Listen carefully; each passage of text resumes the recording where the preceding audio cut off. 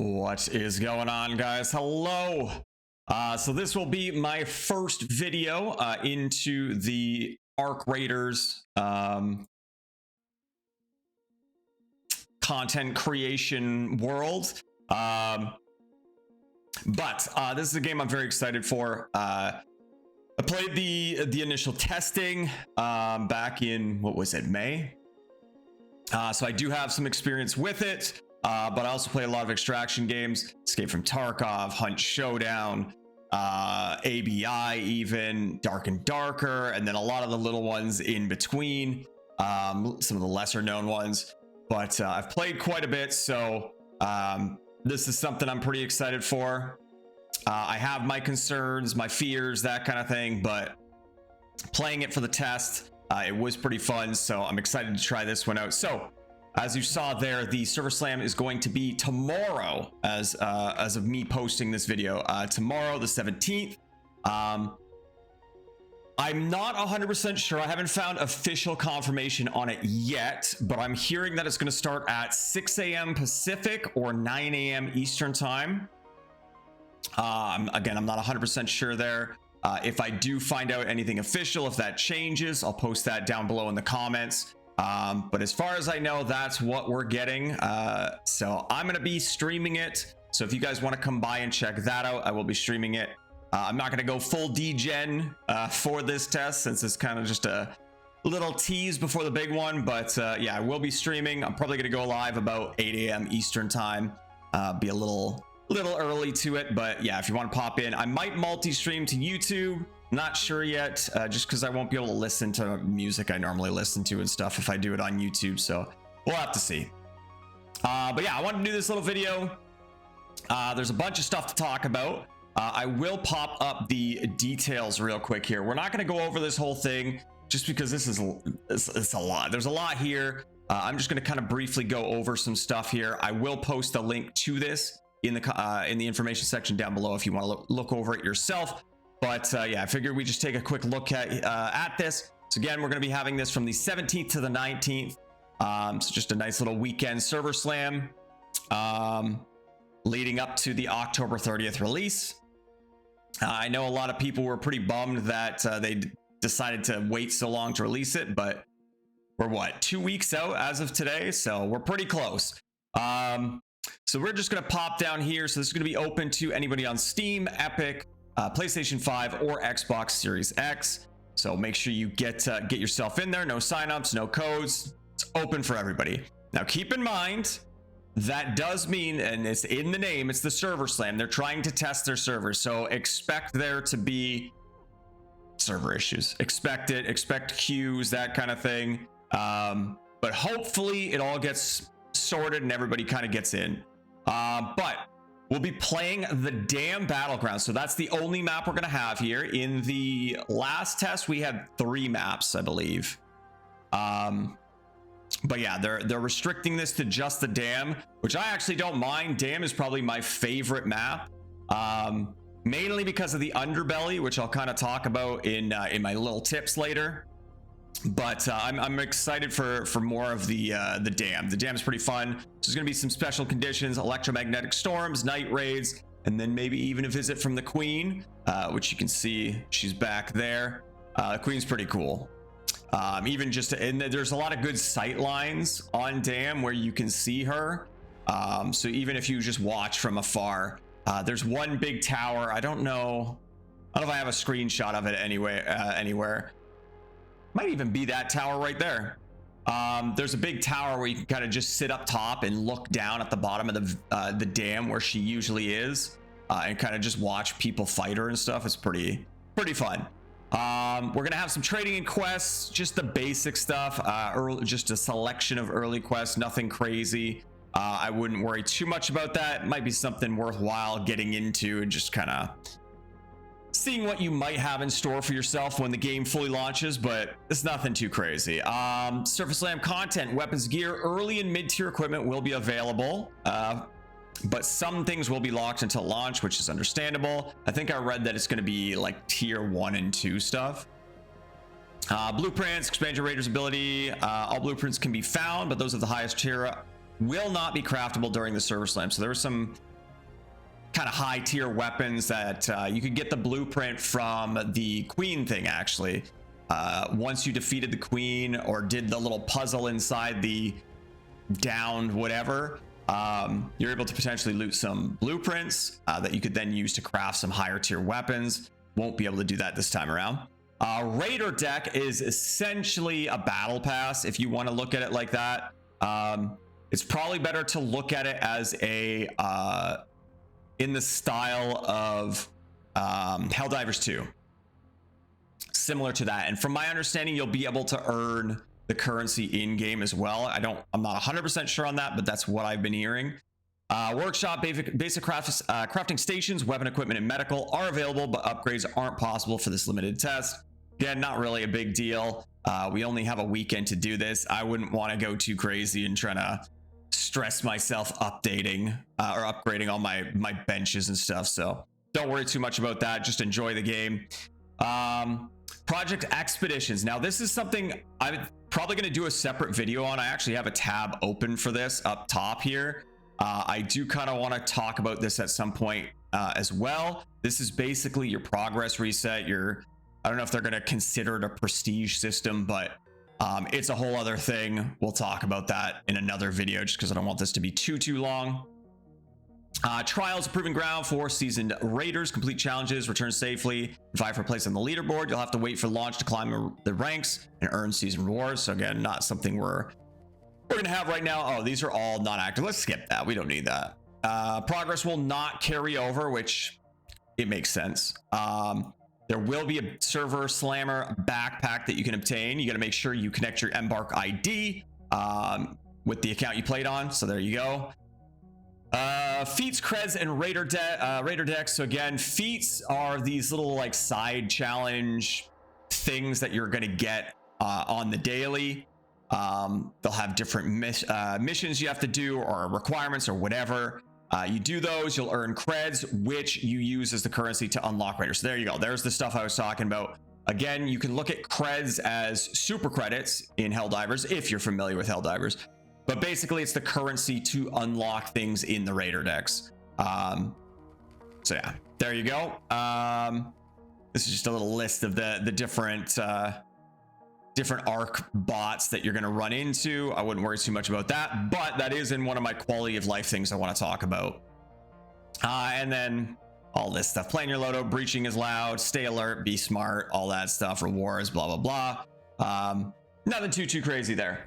So I want to get into some of the we won't go too crazy into these discussions either, but I am very curious to see, as we all know now, the game is going to be $40 US. I think it's around like 57 something Canadian. It's going to be a little bit more for me. But everybody was kind of debating whether it was going to be a free-to-play game or a $40 game. I don't have a strong opinion there. Except for the fact that I don't really like the direction free-to-play games have gone these days. And it tends to give both developers and their valiant defenders an excuse to forgive lack of quality and stuff like that. So I actually don't like the direction free-to-play games have gone. So I am very happy that it is a paid game. It's a reasonable price. Considering, again, I'm an Escape from Tarkov player. I've got several thousand hours in Tarkov. I did pay a lot more for Tarkov than for this, but again, getting that much time for that much money, even in Tarkov, I think is very valuable. I do think if this game is done well and they stay on course, that you will get plenty more than that $40 worth of value for it. So, and then the fact that we can hold them accountable if they're not doing things properly or their things aren't up to snuff, right? So I personally kind of like the paid aspect a little bit more. The whole argument of, oh, there's gonna be more cheaters if it's free to play, or there's gonna be less cheaters, all that it's all super subjective. There's gonna be cheaters no matter what. But yeah, with a $40 barrier, there will be a little bit more difficulty there for cheaters to cheat. But even in Tarkov, a very expensive game, people buy stolen accounts and stuff like that. So it doesn't really matter. It's an ongoing problem that I don't envy developers for having to deal with. It's going to be a forever battle that they have to fight.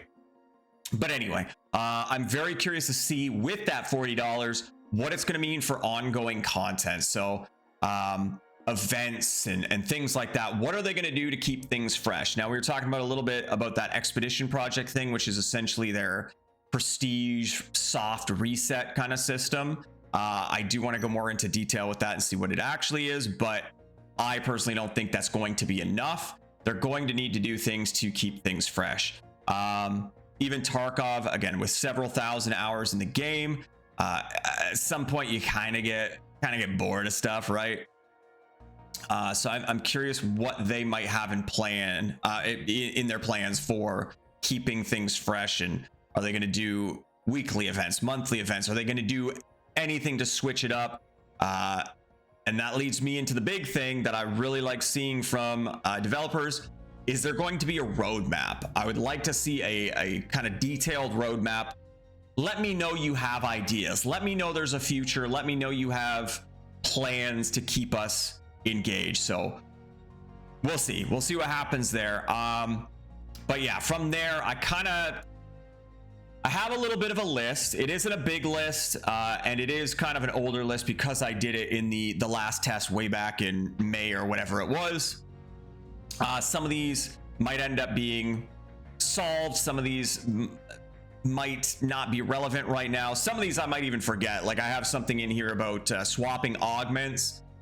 I kind of forget what that is, but I have a basic idea, but I'm not 100% sure, so we won't go too much into that. But just a few little things that I would like to see going forward. One of the big ones, and I say this in every extraction game, I want more storage containers. I hate inventories, especially in games where they have you collecting all the most useless, like just toilet paper and rubber ducks and all that kind of crap. And then you've got to load up your inventory full of all that crap to try and do quests. If I'm somebody that likes to collect things beforehand, if I know there's a quest that requires me to have 5 rubber ducks, and I think there actually is, I want to collect those as I find them, not find them later, you know? So I like to store all that stuff. In Tarkov, we have the scav junk box. I usually have 3 of those going, and I just throw every damn thing in there because I know I'm going to need it eventually, right? If you're a Tarkov player, you know you need 5 of each of the cigarettes for the bad habit quest and that kind of thing, you know? So I would like to see more storage containers. I don't remember how bad the storage was in the test, but I also wasn't trying to play like I normally would and keep everything in stockpile, right? So I hate inventory management. And again, the biggest part is that those fluff items that are just kind of there for no real use other than random upgrades of your benches and stuff like that. So I would like to see some storage there. Hopefully we get something like that if it becomes an issue. Sort of on the same thing that would help with that is tracked for quest type things. So in Escape from Tarkov, you have little markers that'll appear on your items if it's for a quest or for a hideout upgrade or whatever. Stuff like that would be nice. Being able to pin them as that, so when you find them, you loot a random drawer and you find a rubber duck and you know you need it for a quest, or you don't, you forget you need it for a quest. You have that little marker there to show you. Be able to track specific recipes and stuff for the crafting would be nice. All that kind of stuff I don't think was there in the testing that I would like to see come to the full version. I remember you couldn't track the stuff to upgrade Scrappy, if I remember right. But yeah, it would be nice also if it automatically tracked it. So soon, if you, let's say you take your weapon bench from level 1 to 2, you immediately get that level 2 list on your tracked menu or whatever. And whenever you find those items you need for it in the world, it's got a special icon saying, hey, you need this for your workbench or whatever. Something like that would be nice. Now there was an after action report, a journey screen, I think they called it, If you've played Arena Breakout, they have something like that as well. It's basically like a journey of your path through the map, and it shows little hotspot events like, oh, you fought Jimmy Bob and you killed him. You found this super cool loot here, and it just shows like a little path of your journey. Stuff like that is really cool. That said, it would be nice to get like a blow up of those events, because let's say you had a big fight in one area and then you found some super cool loot there, and then you got another fight immediately because you got third partied, and there's a whole bunch of stuff there. You can zoom in on the map and it will expand a little bit and you'll see more of the pop outs, but there are times where you can't see everything, and it would be nice to see more of that. I have here separate keybinds for grenades versus meds. Apparently that wasn't a thing, but I would very much like that. Typically, I'll have like G for my grenades and either T or 4 for my meds. So having separate binds for that would be nice. Again, that might just have been a server test thing and they just didn't fully have all the keybinds in yet, but something I wanted to point out. So again, ability to swap augments in raid. So what I think it was, I'm getting old, so my memory's not as great as it was. I think when you go into a raid, you either put like a backpack frame or something on there that dictates what size backpack you have, and or even shields, and you couldn't switch that in a raid. So if you went in with, let's say, a tier 1 backpack and shield, I think you could swap your shields, but you couldn't swap your backpack. So you couldn't take somebody's bigger backpack, which kind of sucks. But we'll see. Well, again, with this wish list kind of deal, a lot of this I don't really remember. I'm going to try and take better notes in this test as well to kind of be ready for that launch kind of wish list, you know. But yeah, something to be able to swap backpacks would be kind of nice. I think that was the biggest issue. Ability to look at the maps outside of the raid. So again, one of the hardest things with learning these types of games, Tarkov, whatever, is not having a map, right? Now you do have a map in this, so that's good, like an in-game map. However, you can't really look at the maps outside of the raid. Now, Arena Breakout Infinite, you can actually do that. So something like that would be nice, just to help you kind of get an idea of the map, little locations and stuff. There are certain quests where it's go here and loot a bunch of containers or whatever. Not everybody's going to know where those are, and it's nice to have an idea of where you're going right out of the gate and not spawning in and then just sitting there looking at your map trying to find this place, right? It's nice to be able to plan beforehand. So yeah, there's probably going to be wikis and stuff where you can go and look at maps and stuff like that, but do we really want that? I would rather have everything in the game, so I don't have to have a second monitor with all my stuff there, right? On the same note, I would like a glossary or a bestiary type thing where you can see all the different arc bots. So there are these little ones called ticks, and they were required for quests, or you got certain items from them or whatever, but starting out, I didn't really know what bots were what. And then going from there, there was stuff like, I think they were all like B names. There's like Bastion and then Bison and then a whole bunch of stuff. And there were quests revolving around these different bots. And there's not really a way to know in raid what they are because they don't have like name tags or anything like that. So it'd be nice to have something outside of the game and just show off the artwork of these things. Resident Evil, random side game, but they had like a glossary. I think it was in Village? It might have been in Village. They had like a little side glossary type thing, and you could look at all the different characters and monsters and stuff, and they had their little 3D models that you could look at, maybe get some details on it. Stuff like that would be really cool. But yeah, mainly for questing and upgrade purposes, knowing what you're looking for helps a lot. Like they say, oh, you need to kill a wasp. Oh, what the heck's a wasp? Because then there was like a wasp and then there was like a hornet or something, and there's two different flying ones. it's a pain. So it'd be nice if you could see a glossary of those things, and maybe even have something where after a certain amount of kills you get a little bit more detail on them, stuff like that. Honestly, that's kind of it now for just things I'd like to see so far, outside of just long-term goals, that kind of thing. One thing I didn't like was the aesthetics overall were great, but I wasn't a huge fan of the cosmetics. So I'm hoping to see some slightly better cosmetics. I know they did a survey about that, so we'll see how that goes. But yeah, I'd like to see more cosmetics. I didn't really see anything that struck me as something I wanted. Again, I liked the overall aesthetic, but I don't know if I was into the whole 80s but futuristic kind of vibe as much. But we'll see what kind of stuff they offer us in the full game. But yeah, that's pretty much it in terms of what I wanted to talk about there. Just kind of my little wish list for now. I'll try and do a better one after this test once I take some better notes. But yeah, we'll see how it goes from there. But I got some bonus tips for you guys while we're in there. Let me see if I can find it real quick. But I do have a little video on a tip I did. Let me see. Right here. So I just wanted to share a little tidbit I figured out here. I'll let me talk real quick.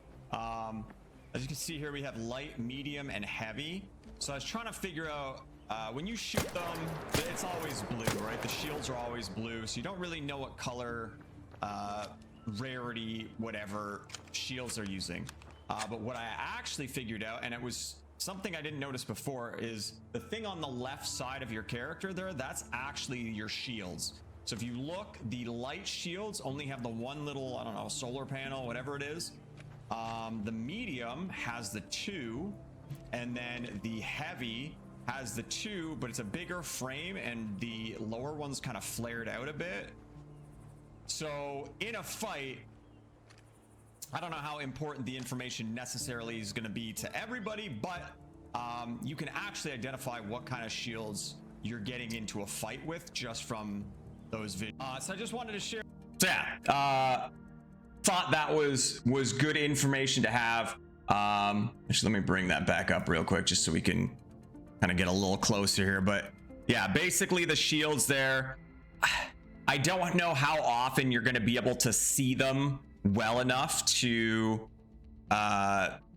make that distinction, but I thought it was a cool little tidbit just to be able to see, like, you see that dude with just the one little solar panel, you know he's got light shields and he might be a little bit easier to kill. If you see somebody from a little further away and you notice they got like a lot of stuff going on here, okay, that guy's got heavy shields, I got a tier 1 weapon, I'm probably not going to be able to do much to it. So yeah, I thought that was a pretty useful little bit there that I thought I'd share. But moving on from there, another thing is that loot containers don't close. So when you loot something, it stays open. So you want to keep that in mind for both yourself, knowing you're leaving a trail of looted containers, but also the fact that you can use that to kind of figure out, okay, somebody's been through here. Let's say there's a branching path. You follow these looted containers up to this branching path. You see to the right that all the containers are closed. You see to the left, they're all open. You know the guy probably went to the left, right? So if you want to chase him, you can go left. If you want to avoid him and go get your own loot, you can go to the right. So keep that stuff in mind. Now, another thing with the spawn timers, if any of you have played a game called The Cycle Frontier, I think it was called, it's no longer with us, unfortunately. But this is going to work similar to that. So it's not everybody loading into the map all at once. There is going to be an initial wave of people loading into the map all at once, but then there will be periodic drops of other people coming into the map, which was kind of how Cycle worked. It was a little more obvious in Cycle. They actually had drop pods that came down so you could see people dropping into the map. This, I think you just spawn, right? Because you're coming up from the underground or whatever. So with I think it was a 30-minute timer. So if you spawn in and it's 30 minutes, you know you're a fresh start, right? You know most of the people are going to be, you know where the spawn points are, where most of the people are going to be. So it's probably a little bit safer to use that time to push forward into the map, get to those places you need to go. Whereas with a lower timer, you know it's a little bit later into that map's life cycle, and that most people are either gone or dead, or they're just kind of scattering in here and there. So you can potentially use that to your advantage. And then the last one, and this is a semi-tip versus suggestion. And again, why I was excited about this being Dam. Do yourself a favor and explore the underbelly. There is a lot more than you can actually see on Dam. Dam is a fairly big map on the overworld, but there is a lot of underbelly, especially on the northern side, that will let you go underground and follow a bunch of catwalks and go through tunnels and stuff like that. That will lead you to essentially all the important places on the map. I wonder if I could find a quick little map overview real quick. Arc Raiders Dam map. I didn't plan for this. Here we go. Right here. So you had the power generation place over here. And there were all kinds of doors and catwalks that led down underneath. And then there were all kinds of paths that kind of led you through here, and you'd come out through some tunnels across the broken part of the dam here, and then down into here, into more underground bits. And it just kind of led all around to like water treatment and the research place. It was really, really cool. And not only just the fact that you can kind of stay off the surface and avoid being out in the open, but the atmosphere being down there was actually really cool. So do yourself a favor, explore underneath. There's lots of like rooms and stuff under here as well. It was really, really cool. Again, probably my favorite map of the last test. So definitely get under there, check things out. Let me know what you think. Let me know what you think about the underground there, because again, that was probably my favorite bit. But yeah, that's essentially it. So again, keep in mind this is gonna be a server slam. The servers are planned to get slammed. So expect queues, expect disconnects, expect not being able to get in right when the servers go live, all that kind of stuff. Try and understand what they're going for here. I know I get frustrated with it too. It is annoying, especially as a content creator. Kind of sitting there on stream waiting to get in is not the greatest, but just try and understand what they're going for here. Hope that they're going to take from this and be able to have solid, stable servers at launch, but we'll see. But anyway, I will be streaming. I'm going to be streaming probably about an hour before the servers go live. If that is the case of being ready at 9 a.m., I'll probably be live at 8 a.m. But yeah, feel free to stop by and tell me about your queue troubles, all that stuff. But yeah, let me know what you guys are looking forward to, what you guys hope to see in the game. But yeah, hopefully this will be the start of more of these videos. Let me know what kind of videos you guys are interested in as well. Everybody's going to have different views, myself included. So like, I don't know if a new player guide is necessary. I'm sure there's lots out there as well, but if there's anything you guys want to talk about, you think would make a good video, let me know. I want to know what you guys like, what you guys are into. But yeah, that's pretty much it. Thank you so much for watching. Enjoy your time in the server slam, and I will catch you all in the next one.